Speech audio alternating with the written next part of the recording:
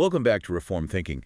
I have to tell you, I was staring at the stack of research we have on the desk today, and it is deceptively thin. Oh, for sure. It looks like a quick read at first glance. Right. I mean, we were looking at Genesis chapter 26, specifically the end of the chapter, verses 26 through 35. And on the surface, it looks like a standard ancient diplomatic report. You know, a king comes to visit, they shake hands, they eat dinner together, end of story. That is the surface level, yeah. But then I started reading through the commentaries you mark up. I was looking at John Calvin, some of the modern Near Eastern historical analysis, and the notes on the Westminster Confession. And I realized we're dealing with something much heavier here. It really is a heavy section of scripture, and I'm glad you noticed the contrast in the source material we pulled together. We are looking at two distinct events that Moses, the author, has just jammed right up against each other. It is a massive pivot in the text. It is. You have this incredible high point of international diplomacy, a peace treaty with a hostile world government, and then literally in the next breath, you have this domestic disaster happening inside the believer's own home. And that is the mission for this deep dive. Yeah. We want to figure out how these two realities coexist. We have this one stack of notes detailing how God's covenant presence is so obvious that even pagan enemies see it. They actually sue for peace. That is a massive win. A huge win. But then we have this other stack of notes about Esau, Isaac's son. He brings what the text calls bitterness of spirit into the family through his marriages. So you have external peace with the world right next to the danger of assimilation within the home. That is the tension we are trying to resolve today. How does a believer live at peace with a hostile world without surrendering their distinct identity? How do you shake hands with the Philistines without, becoming a Philistine? It is the classic issue of being in the world but not of it. Spot on. And to get there, we have to talk about wells. I know, it sounds a little dry. Pun intended. Good one. But looking at the background material on the Isaac cycle, everything revolves around water rights. Before we even get to the king showing up in verse 26, we have to understand the mood of the region. Because Isaac is not exactly the most popular guy in the neighborhood at this point. Not at all. If you look at the earlier verses in Genesis 26, Isaac is a refugee. There is a famine in the land. He moves to Gerar, which is Philistine territory, and God blesses him there. The text says he reaped 100-fold in 1 year. He gets incredibly wealthy. Yes, and in an ancient agrarian economy, wealth is not numbers on a screen. It is flocks, it is herds, it is servants. It takes up physical space, and it consumes massive amounts of local resources. And that breeds envy. I was reading this article on ancient water rights from our sources, and the Philistine city-states were highly protective of their resources. So when they see this foreigner getting rich, they do not send a congratulatory card. They start sabotaging him. Sabotage is putting it mildly. They engaged in literal economic warfare. The text says the Philistines stopped up the wells that Abraham, Isaac's father, had dug. We really need to pause on that for a second. In the modern world, if someone shuts off your water, it is a huge annoyance. You call the utility company. But in the Negev wilderness, stopping up a well is a violent act. It is an act of war. It is an attempt to erase someone's ability to survive in that climate. The historical context notes mention that a well was not just a utility back then, it was an actual property deed.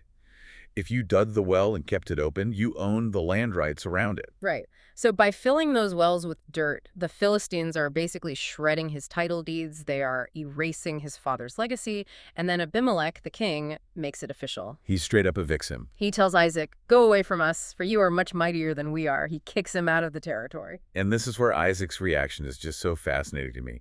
I think most people, if they were told to get out after being robbed and vandalized, they would fight back. Isaac is rich. He has a lot of servants. Abraham had over 300 trained fighting men in his household. Isaac probably has a similar or even larger force by now. He could easily put up a fight. But he doesn't. No, he doesn't.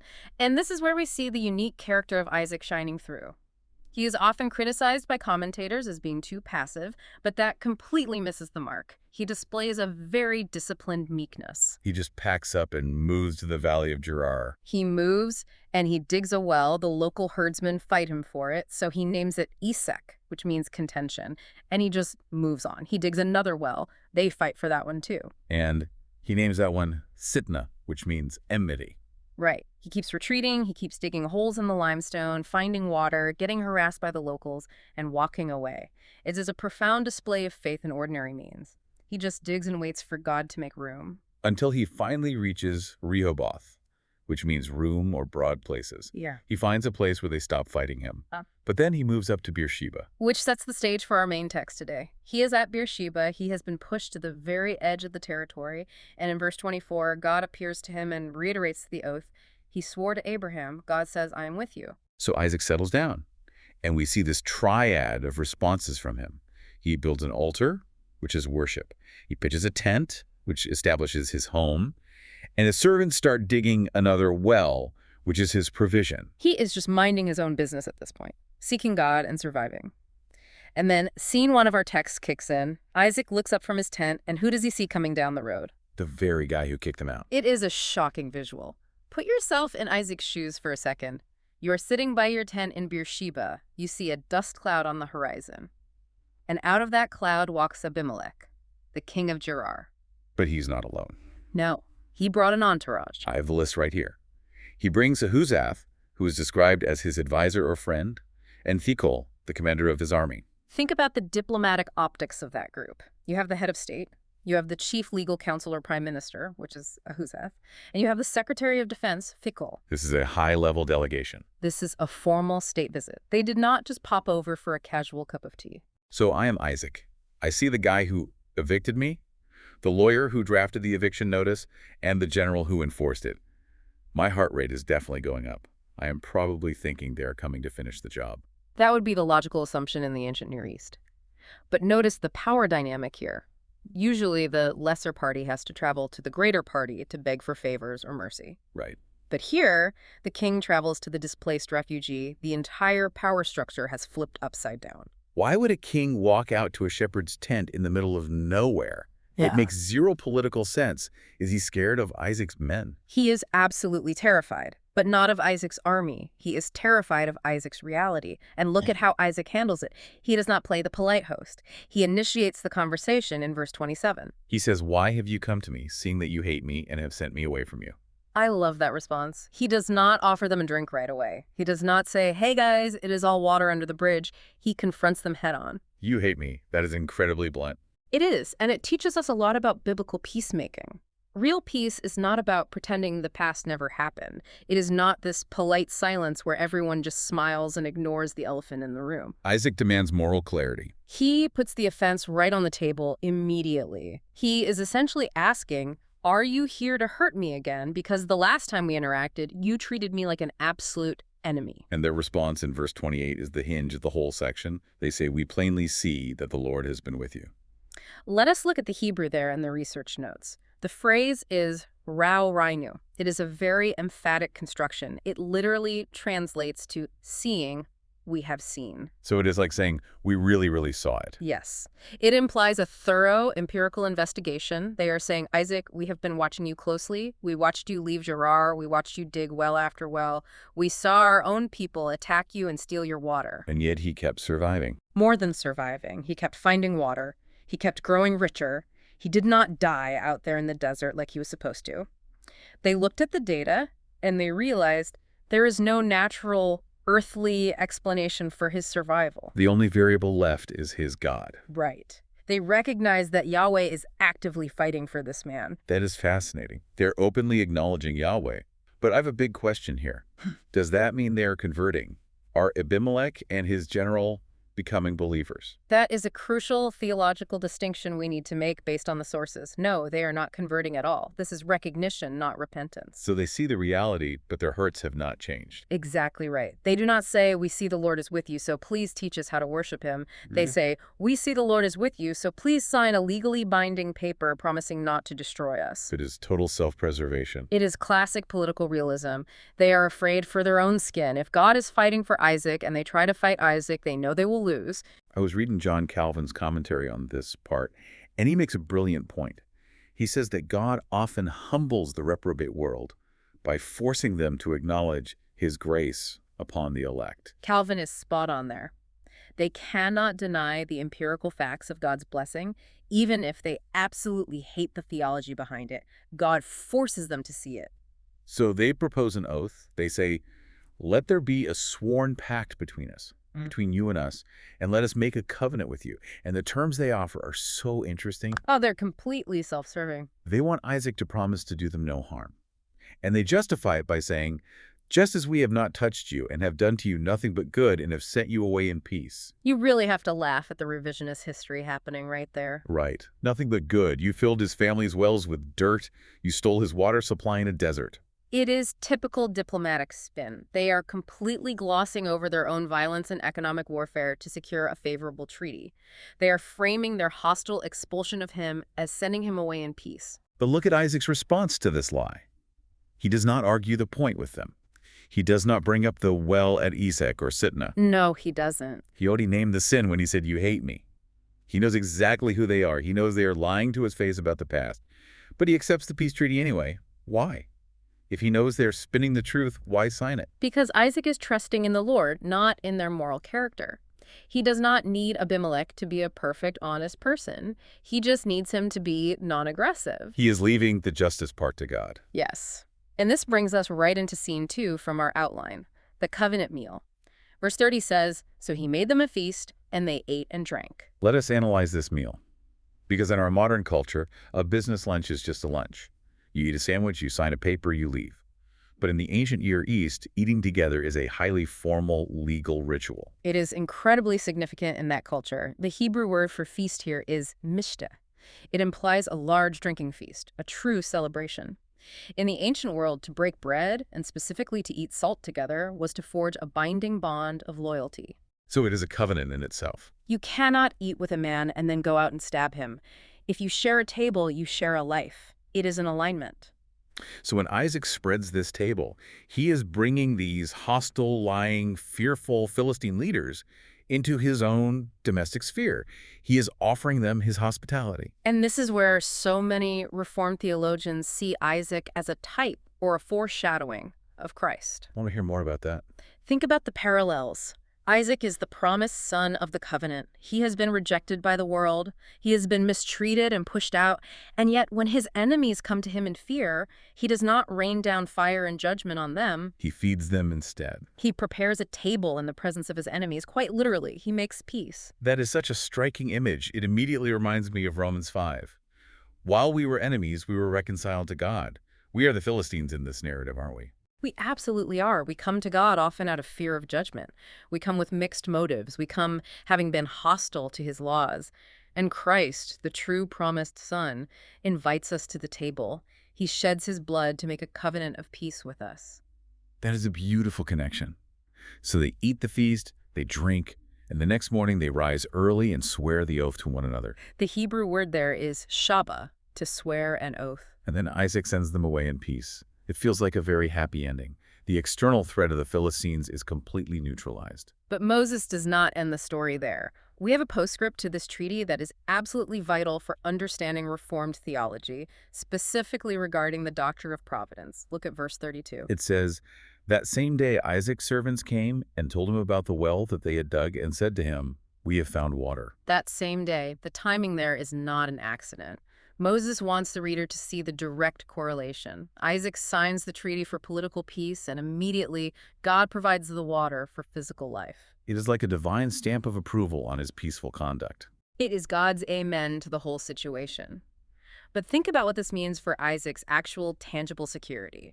He just signed a piece of paper with a king who has a proven history of changing his mind and lying. How much is that parchment really worth? Not much when push comes to shove, but the water.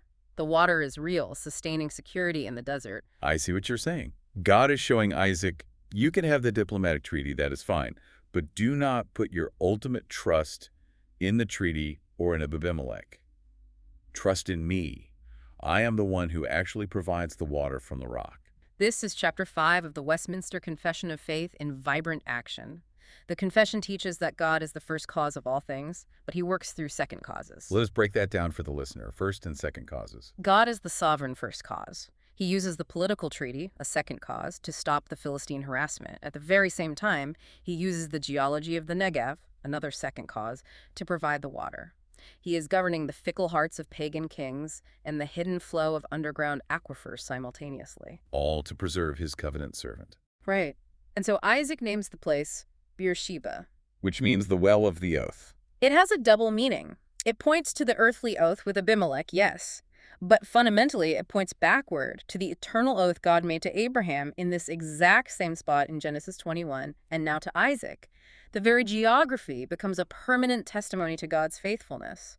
So if the chapter ended right there at verse 33, we would be high-fiving, Isaac wins, God provides, peace on earth, the covenant line is secure. But then we hit verses 34 and 35, and it feels like the music just abruptly scratches to a halt. It is a massive narrative jolt. Moses forces us to turn our eyes away from the successful political treaty outside the tent and look at the absolute disaster happening inside the tent. Let us read it so we have the text in front of us. Verse 34, when Esau was 40 years old, he took Junith, the daughter of Beeri the Hittite, to be his wife, and Basemeth, the daughter of Elon the Hittite. We really need to unpack the details here because every word is loaded with theological meaning. First, notice that Esau is 40 years old. Which happens to be the exact same age Isaac was when he married Rebekah. Yes. Moses is deliberately drawing a parallel here for the reader. The father married at 40, the son marries at 40. But that is where the similarity completely ends. Because Isaac waited for a wife chosen from the covenant line. From his own people back in Mesopotamia, Esau just goes out and picks 2 local women. 2 Hittite women. Now, explain the significance of them being Hittites, because I think a modern listener might hear this and immediately think, is this an ethnic issue? Is the text being racist against local tribes? That is a very common modern misconception, but it is historically and biblically incorrect. In the Old Testament, the strict prohibition against marrying Canaanites or Hittites was never about race or genetics. It was entirely about religion and cultic practice. Was a theological boundary. Right. The Hittites and the broader Canaanite cultures were deeply entrenched idolaters. Their culture was saturated with the worship of false gods, and those cultic practices often involved things that were absolutely abhorrent to Yahweh. So by marrying into these Hittite families, Esau is not just diversifying his social circle. He is formally marrying into an entirely different, hostile theological system. He is inviting idolatry right into the camp. You have to remember the mission of this specific family. The family of Abraham is called to be distinct. They were supposed to be a holy nation set apart for the worship of the one true God. Abraham understood that. He went to extreme lengths in Genesis 24 to make sure Isaac did not marry a Canaanite. He made his servant swear a solemn oath. He sent him hundreds of miles away across the desert just to find Rebekah. And Esau. He just walks down the street and picks 2 local women. It seems so casual. It is incredibly casual, and that casualness is the real tragedy. This is exactly why the New Testament over in Hebrews chapter 12, verse 16, refers to Esau as a profane person. We usually use the word profane today to mean someone who swears a lot or uses foul language. Right, but the biblical meaning is different. The Greek word used in Hebrews is dibelos. It literally means common. It is the direct opposite of holy or set apart. So a profane person is someone who takes something incredibly special and sacred and just treats it like common dirt. That is it. Esau looks at his unique birthright. He looks at the covenant promises of God. He looks at the messianic lineage that his family carries. And he just shrugs his shoulders. He treats the holy as common. He values social integration with the local elites more than he values his spiritual distinctiveness. He wants to fit in. He wants to be one of the guys in Canaan. He wants peace, just like his father Isaac wanted peace. But look at the stark difference in their methods. Isaac made peace with the outside world through a treaty, but he kept his distance. He lived in a separate tent. He worshipped at a separate dedicated altar to Yahweh. Right. Isaac remained distinct. Esau, on the other hand, seeks peace by becoming the world. He marries into the local Hittite aristocracy. He tries to solve the tension of being different by simply ceasing to be different. And the text tells us the devastating result of this assimilation strategy in verse 35. It says, and they made life bitter for Isaac and Rebekah. The Hebrew phrasing there is visceral, morat rok. It translates to bitterness of spirit. Bitterness of spirit, that sounds like more than just a family argument. It comes from the root word marar, which means to be bitter, acrid, or sharp. It implies a chafing, rebellious bitterness. This was not just a personality clash between a mother-in-law and daughters-in-law. It was not just that Rebekah did not like the way Judith cooked lentil stew. It was a deep, covenantal sorrow. Imagine the daily scene in that camp. Isaac is doing everything he can to maintain the pure worship of Yahweh. He builds the altar. And right next door, literally a few yards away in Esau's tent, His new daughters-in-law are setting up household shrines to Hittite deities. They're burning incense to false gods right in the middle of the promised seeds camp. The smoke of that idolatry is blowing into Isaac's face every single day. It is a complete violation of the home. The sanctuary of the covenant family has been breached from the inside. And you really have to pause and notice the irony Moses is setting up here. Isaac successfully secured the outer perimeter against the entire Philistine army. King Abimelech and Commander Phicol could not get in to destroy him. But the spiritual enemy walked right through the front door because his own son opened it for them. That is a chilling thought for any believer. You can win the battle at the city gates and then turn around and lose the battle at the dinner table. That feels like the perfect place to pivot to our theological synthesis and modern application for this deep dive. We have these two vivid pictures placed side by side, the treaty and the wives, external peace and internal bitterness. What do we do with this today? Well, let us start by looking at the concept of providence versus what we commonly call the prosperity gospel today. Because we hear a lot of messaging today that implies if you just have enough faith, everything will smoothly go your way. People will respect you, you will be financially prosperous, and you will never face hostility. But Isaac's story is so much messier than that, isn't it? He does get rich, yes. But he also gets intensely hated for it. He eventually gets a peace treaty, but he gets violently kicked out of his home first. Right. Isaac's blessing was not some mechanical transaction where he put a faith coin into a vending machine and got a perfect conflict-free life. He suffered, he was envied, he was harassed out of his livelihood. The Reformed understanding here is that his blessing was rooted entirely in God's electing grace, not in Isaac's pleasant circumstances. And notice something else. He did not rely on pragmatism to fix his problems. Define how you are using pragmatism in this context. Pragmatism is the philosophy that says, just do whatever works to get the desired result. If Isaac were a pragmatist, when the Philistines started filling his wells with dirt, he would have sat down and said, okay, how do I make these people like me? You would have compromised. He would have said, maybe I should dress like a Philistine. Maybe I should attend their festivals. Maybe I should worship their gods just a little bit, just to blend in and keep my water rights. But he did not do any of that. He stayed completely distinct. And ironically, it was his unwavering distinctiveness that actually won their respect in the end. That is the crucial takeaway. The world did not come out to the desert to make a treaty with him because he looked and acted just like them. They came to him precisely because they saw he had something they did not have. They saw the unmistakable presence of the Lord. We plainly see the Lord is with you. If the church today tries to win the favor of the world by simply imitating the world, we lose all our saltiness. We just become another social club with slightly better morals. We have to maintain our distinct identity to be of any real use. That ties right into the doctrine of separation, which brings us back to Esau. This is a tough topic for a lot of people. In the New Testament, Paul tells the Corinthians not to be unequally yoked with unbelievers. 2 Corinthians 6.14. Right. And I feel like in our modern culture, we often roll our eyes at that command, especially when we are young and dating. We really do. We like to think that romantic love conquers all theological differences. We see this all the time in what people jokingly call missionary dating. The idea that, well, I love Jesus, and he does not right now, but I will just change him after we get married. I will date him right into the kingdom of God. And statistically, sociologically, and spiritually, that is almost always a recipe for disaster. Esau's life is the ultimate biblical case study for this. When you marry someone, you are uniting two souls into one flesh.